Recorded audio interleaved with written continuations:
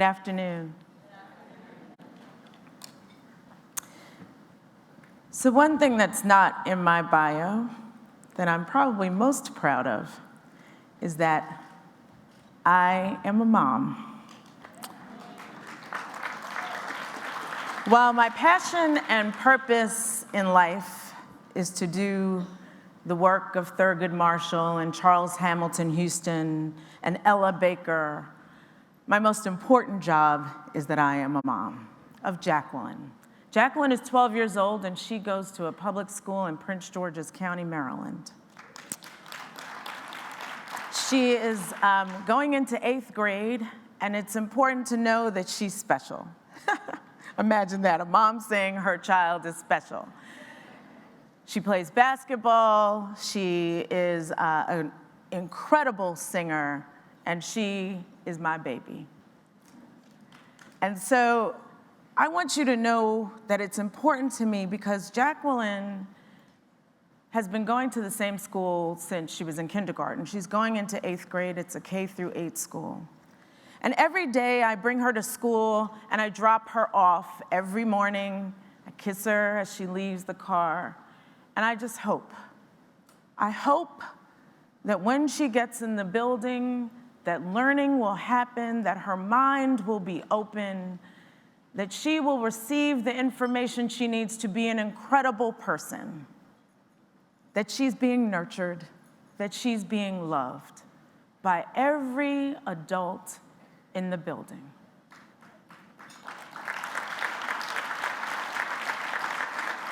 I have to say that in 5th grade was the first time that Jacqueline said to me that she noticed that there was a change in how teachers were treating the children.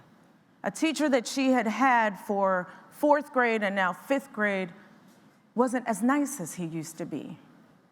And I remember it because I remember knowing this teacher and saying, what is happening? Why are you feeling, my child feeling differently about this teacher? Fast forward to 7th grade. At the end of this school year, for the first time, Jacqueline said to me, it's okay if you take me out, if you put me somewhere else. And you hear crackling in my voice because I am such a believer in public schools. My mom was a superintendent in New York. She worked her way up from 3rd grade as a 3rd grade teacher into administration. She was a Title I coordinator. And so I am a true believer in the good of public schools. I went to Jamaica High School in New York, closed under Mayor Bloomberg. That's another story. But I'm a believer. And so to hear those words out of my baby's mouth was it was heartbreaking. And she said to me, the reason why is because she feels like everything is about behavior. Everything is about personal responsibility. Everything is about what you're doing at a particular moment. She told me a story about going to lunch one day and a piece of salad falling on the floor, and someone walked by it and left it, and the police officer and the administrator came over to the table and said, who dropped the piece of salad? And the kids turned and said, we don't know, we're eating.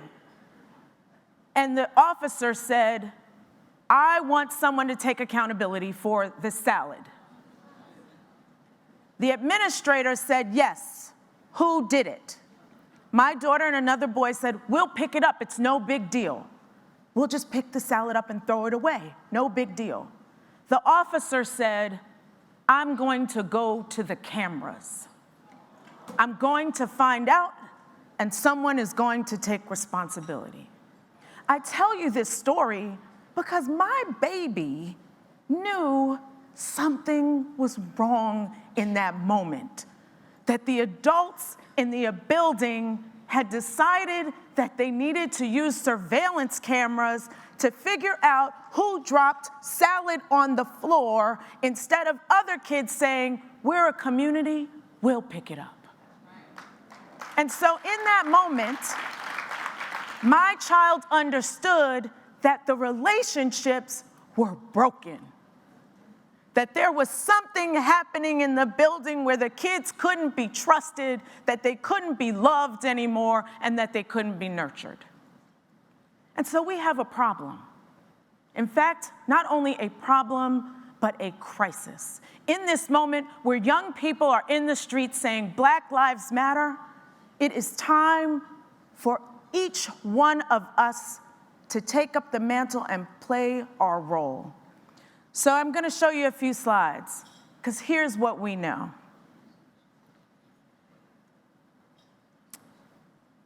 Can you go back one? Sorry. We know that there are 3.5 million students who are suspended every year. That is more than one student for every teacher. 1.55 million of all those students were suspended at least twice. For every one white student suspended, 3.5 Black students are suspended. Black girls are 6 times more likely to get suspended than white girls. Black students account for 18% of preschoolers, but represent 48% of preschool suspensions. Let's just pause for a moment. This is national data, and we need to understand that our babies, and I mean literally babies, 4- and 5-year-olds, are being excluded from classrooms. 4 and 5. Just 1 out-of-school suspension doubles a student's risk of dropping out. Just 1. Here's what else we know. We know that it's easy to suspend. Get them out the classroom so that the others can learn. I've heard that before. But we also know that suspensions hurt. They hurt children. And guess what? They don't work. Here's what we also know.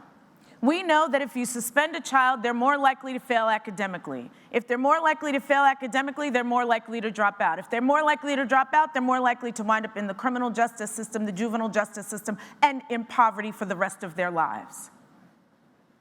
We also know this data. 1 suspension doubles the student's risk of dropping out.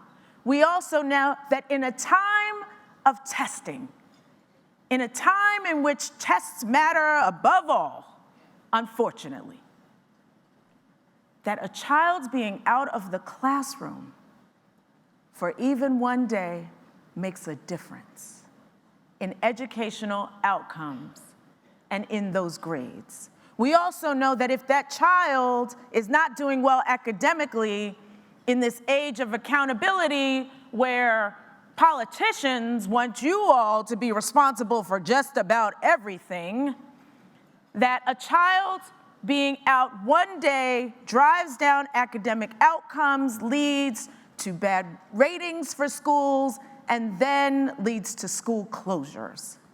And why is that happening? Because we know that there's a trend. There's a trend towards privatization. There's someone out there and some buddies and some corporations that have decided that public schools should not be a public good. And unfortunately, if we keep on the road that we're on by suspending kids, we're going to prove them right. So, what do we do about it? The tide is changing.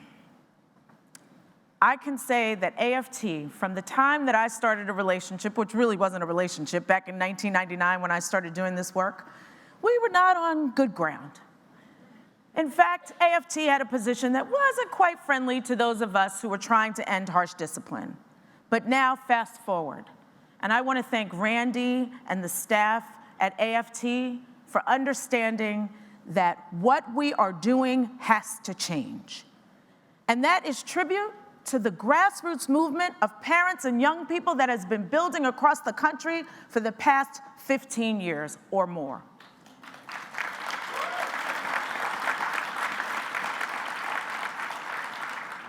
We also know that one of the things that we have to do in our schools is we have to understand that race matters. When you look at suspensions, especially when you look at subjective suspensions, such as insubordination, disrespect, all of that is in the eye of the beholder, and bias plays into it. And so we have to be really ready to challenge the issue of racial bias in our classrooms. And what I want to say to you all is that in challenging this, you need to understand that as young people are in the streets saying Black Lives Matter, teachers, you have an opportunity of a lifetime to lead the way to changing so that young people of color understand not only are they human and that their lives matter, but that they are valued. You have an opportunity to be on the front in this fight because Jacqueline is depending on you. And all of the babies that we send every day to teachers across the country are depending on you.